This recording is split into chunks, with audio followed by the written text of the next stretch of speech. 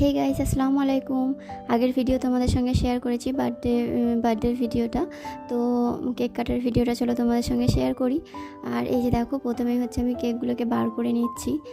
আর অনেক রাত হয়ে গিয়েছিল, প্রায় 9:30 বেজে গিয়েছিল, তখনও কারেন্ট আসেনি। তো ভাবলাম আর দেরি করা যাবে না, যেহেতু রাত্রের খাওয়া দাওয়া বাকি আছে। তো সেই কারণে আমরা হচ্ছে অন্ধকারেই ওকে কেকটা কাটানো করালাম। আর এই যে দেখো, ও এখানে হচ্ছে কেক দুটোকে কাটছে। আর প্রথমেই হচ্ছে ও কেকটাকে তুলে আমাকে খাওয়ালো, তারপর ওর ভাইকে খাওয়ালো। আর খাইয়ে তারপর সবাইকে কেক খাইয়ে আমরা হচ্ছে খাওয়া দাওয়া করালাম সবাইকে। তো প্রায় খাওয়া দাওয়ার শেষে মানে কারেন্ট এসেছিলো। প্রায় সবাই খেয়ে চলে গিয়েছে, আর তারপরেই কারেন্টটা এসেছিলো। তাই তোমাদের সাথে ভাবলাম যে একটু কেমন ঘরটা সাজানো হয়েছে সেটাও তোমাদেরকে দেখানো যাক।